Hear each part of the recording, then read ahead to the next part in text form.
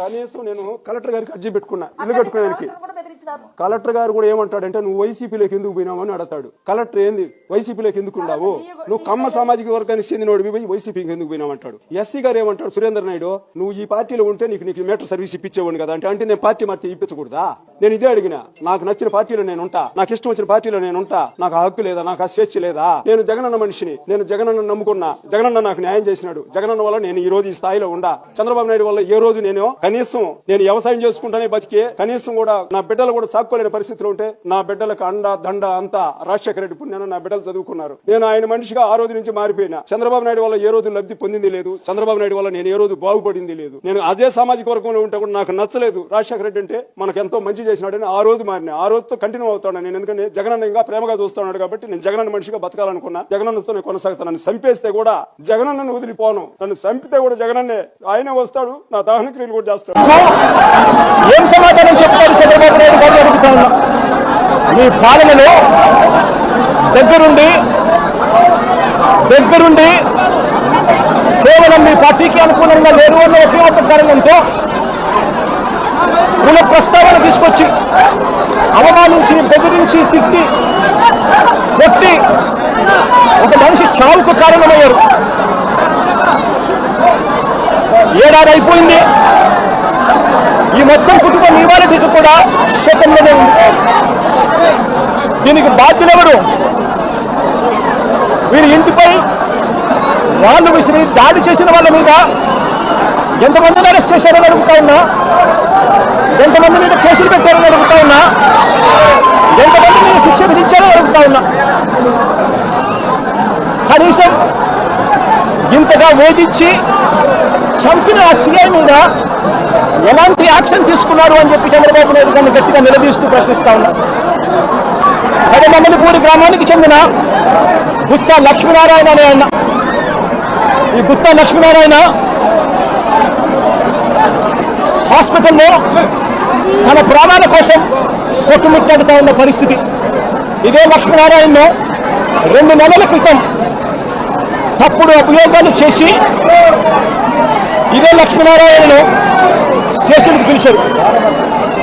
సిఐలు ఎస్ఐలు ఇద్దరూ కూడా తప్పుడు ఆరోపణలు చేసి స్టేషన్కు పిలిచి లక్ష్మీనారాయణ సమాధానాలన్నీ కూడా గట్టిగా చెప్పిన నేపథ్యంలో ఆయన మీద ఎలాంటి ఆధారాలు లేని పరిస్థితుల్లో గత్యంతరంగా ఆయనను విడిచిపెట్టారు. మళ్ళీ 2 నెలల తర్వాత మళ్ళీ డిఎస్పీ పిలుస్తాడు. ఇదే లక్ష్మీనారాయణ పిలిచి డిఎస్పీ పేరు హనుమంతరావు, ఒక కుల ఉన్మాది. నేను అడుగుతా ఉన్నా ఇదే డిఎస్పీకి, పోలీస్ బట్టలు వేసుకుంటూ ఉన్నారా? న్యాయం ధర్మం కోసం మీరు నిలబడి ఉన్నారా, లేకపోతే న్యాయం ధర్మాన్ని చంపేయడం కోసం మీరు ఉన్నారా అని అడుగుతా ఉన్నా. 2 నెలల తర్వాత ఈ డిఎస్పీ మళ్ళీ లక్ష్మీనారాయణను పిలిచి వైఎస్ఆర్సీపీలో ఎందుకున్నావు, కమ్మ పుట్టుకులో పుట్టి అని చెప్పి ఇదే హనుమంతరావు గారి డిఎస్పీ లక్ష్మీనారాయణను కించపరుస్తూ మాట్లాడతాడు. కించపరుస్తూనే మాట్లాడటమే కాదు, అవమానించడము, బెదిరించడము, తప్పుడు సాక్ష్యాలు మళ్ళీ తీసుకొస్తాను, తప్పుడు సాక్ష్యాలతో నేను జైలుకు పంపుతాను అని చెప్పి అవమానించి లెంపకాయలు వేసి కొట్టి బెదిరించి లక్ష్మీనారాయణను అవమానపరిస్తే లక్ష్మీనారాయణ పురుగుల మందు తాగి సూసైడ్ వీడియో తీసి తన చావుకు ఎవరు కారణము, ఎలాంటి పరిస్థితుల మధ్య తాను చనిపోయే పరిస్థితి తీసుకొచ్చారు, ఏ రకమైన కుల ఉన్మాదంతో పోలీస్ డిపార్ట్మెంట్లో ఉన్న కొందరు పనిచేస్తూ ఉన్నారు.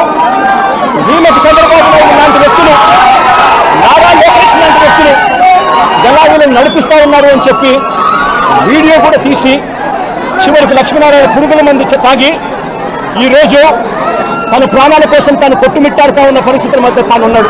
ఏమయ్యా చంద్రబాబు, కమ్మవారు మా పార్టీలో ఉంటేనేనా నీకు అభ్యంతరం? ఆ చంద్రబాబు అని అడుగుతా ఉన్నా. కమ్మవారు పుట్టింది కేవలం చంద్రబాబు నాయుడు గారికి ఊడిగం చేయడం కోసమే పుట్టారట. చంద్రబాబు నాయుడు గారికి ఎవరైనా కూడా ఆయన చేస్తా ఉన్న అన్యాయాలను వ్యతిరేకిస్తే, ఆయనకు వ్యతిరేకంగా ఎవరైనా మాట్లాడితే చంద్రబాబు నాయుడు గారు వారిని వెంటాడి వేధించి హింసించి జైల్లో పెట్టడం, దొంగ కేసులు బడాయడం, దొంగ సాక్ష్యాలు సృష్టించడం, చివరికి వారి ప్రాణాలు తీసుకునేలా వారిని అవమానించడం కేవలం చంద్రబాబు నాయుడు గారికి మాత్రమే చెంది. ఏం పాపం చేశారని వల్లభనేని వంశీని ఇదే కమ్మ సామాజిక వర్గానికి చెందిన ఎక్స్ఎమ్మెల్యే, ఆ పార్టీకి సంబంధించిన ఎక్స్ఎమ్మెల్యే ఇదే వల్లభనేని వంశీని ఇన్ని రోజుల పాటు జైల్లో పెట్టారు. ఒక కేసులో బెయిల్ వస్తేనే బెయిల్ వచ్చేదాకా గమనింటారు, బెయిల్ వచ్చిన తర్వాత వెంటనే ఇంకొక కేసు కడతారు, మళ్ళీ జైల్లోనే పెట్టే కార్యక్రమం చేస్తారు. ఇవాళకి కూడా వంశీ జైల్లోనే చంద్రబాబు నాయుడు గారి సైడిజం తలవుతూ ఈరోజు వంశీ కూడా జైల్లోనే మగ్గుతూ ఉన్నారు. కొడాలి నానిని మా పార్టీకి సంబంధించిన మరో కమ్మ నాయకుడు, మా పార్టీకి సంబంధించిన ఎక్స్ మినిస్టర్ కూడా ఏం పాపం చేశాడు అని చెప్పి తన మీద తప్పుడు కేసులు బనాయించి తనని హరాస్ ఎందుకు చేస్తామని అడుగుతా ఉన్నా ఇదే చంద్రబాబు నాయుడు గారు. ఏం పాపం చేశారు అని అబ్బాయి చౌదరి బెంగళూరుకు సంబంధించి మా పార్టీకి సంబంధించిన ఎమ్మెల్యే, ఎక్స్ఎమ్మెల్యే ఏకంగా 9 కేసులు పెట్టారు. ఒక కేసు అయిపోయిన వెంటనే మరొక కేసు పెట్టి అబ్బాయి చౌదరిని చిత్రహింసలు గురి చేస్తా ఉన్నారు. ఏం పాపం చేశాడని చెప్పి ఈ మాదిరిగా చేస్తా ఉన్నారని అడుగుతా ఉన్నా. నా పక్కనే దేవనేని అవినాష్ ఉన్నాడు. అవినాష్ ఏం పాపం చేశాడు అని చెప్పి అవినాష్ను కూడా కేవలం తమ సామాజిక వర్గంలో పుట్టాడు, చంద్రబాబు నాయుడుని వ్యతిరేకిస్తున్నాడు, చంద్రబాబు నాయుడుకు ఊడిగం చేయడం ఇష్టం లేదు అన్నాడు అన్న ఒకే ఒక్క కారణంతో అవినాష్ను కూడా కేసుల మీద కేసులు పెట్టి రోజు హింసించే కార్యక్రమం చేస్తూ ఉన్నాడు. కోర్టుకు పోయి బెయిల్ తెచ్చుకొని రోజు చంద్రబాబు నాయుడు గారితో యుద్ధం చేస్తూ ఉన్నాం. నేను అడుగుతా ఉన్నా, ఏం పాపం చేశారు అని కలసిల రఘురాం మా పార్టీకి సంబంధించిన ఎమ్మెల్సీ నాతో పాటు 15 సంవత్సరాలు నాతో పాటు ప్రయాణం చేశాడు. ఏం పాపం చేశాడు అని చెప్పి ఆయన మీద 3 కేసులు పెట్టారు. పెట్టి ఆయనను కూడా చిత్రహింసలకు ఏం చేస్తా ఉన్నారు. ఏం పాపం చేశారని అడుగుతా ఉన్నా.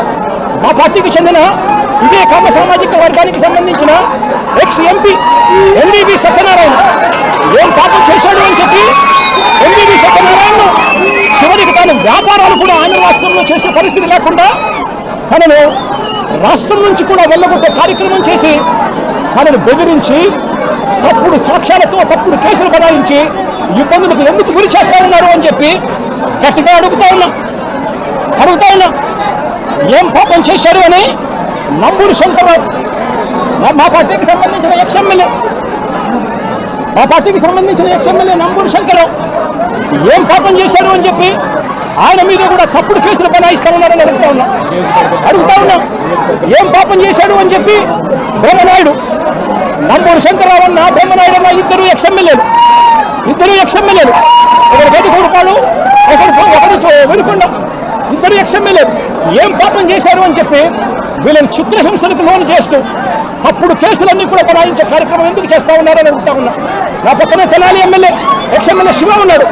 ఏం పాపం చేశాడు అని చెప్పి శివను కూడా తప్పుడు కేసులతో రోజు బెదిరించే కార్యక్రమం, కాలేజీలకు ఇవ్వాల్సిన ఫీజు రీయింబర్స్మెంట్ బకాయిలు పెట్టడమే కాకుండా కాలేజీలకు ఇన్స్పెక్షన్ అంట, మళ్ళీ కాలేజీల్లో వెరిఫికేషన్ అంట, మళ్ళీ రోజు హెరాస్మెంట్ అంట. ఏం పాపం చేశాడని చెప్పి చిత్రహింసలు పెడతా ఉన్నారని అడుగుతా ఉన్నా. ఏం పాపం చేశారు అని చెప్పి ఇదే కమ్మ సామాజిక వర్గానికి సంబంధించిన మా పార్టీ సానుభూతి పరుడు తాను మాత్రమే పోచాని కృష్ణమురళి 4 రోజుల పాటు సినీ దర్శకుడు ఆయన డైలాగులు రాస్తారు సినిమాలలో. ఆయన కేవలం మా సానుభూతి పరుడు మాత్రమే. అలాంటి ఆయన్ని 4 రోజులు జైల్లో పెట్టారు. శ్రీకాకుళం నుంచి కడప రకరకాల స్టేషన్లన్నీ కూడా ఒక స్టేషన్ అయిపోయిన తర్వాత మరో కేసు పెడతారు. 4 రోజుల పాటు 9 కేసులు పెట్టి కృష్ణమురళిని 4 రోజుల పాటు వివిధ స్టేషన్ల చుట్టూ తిప్పుతూ తప్పుడు కేసులు పెట్టారు. ఏం పాపం చేశారని అడుగుతా ఉన్నా. ప్రముఖ సినీ నిర్మాత దగ్గుపాటి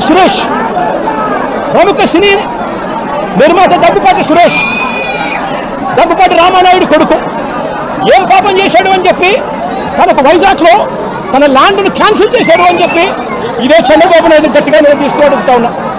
ఏం పాపం చేశాడని చెప్పి మరో సోషల్ మీడియా కార్యకర్త చిన్నపిల్లాడైన ఇంటూరు రవికిరణ్ ఈ ఇంటూరు రవికిరణ్ మీద ఏకంగా రాజమండ్రికున్నాడు.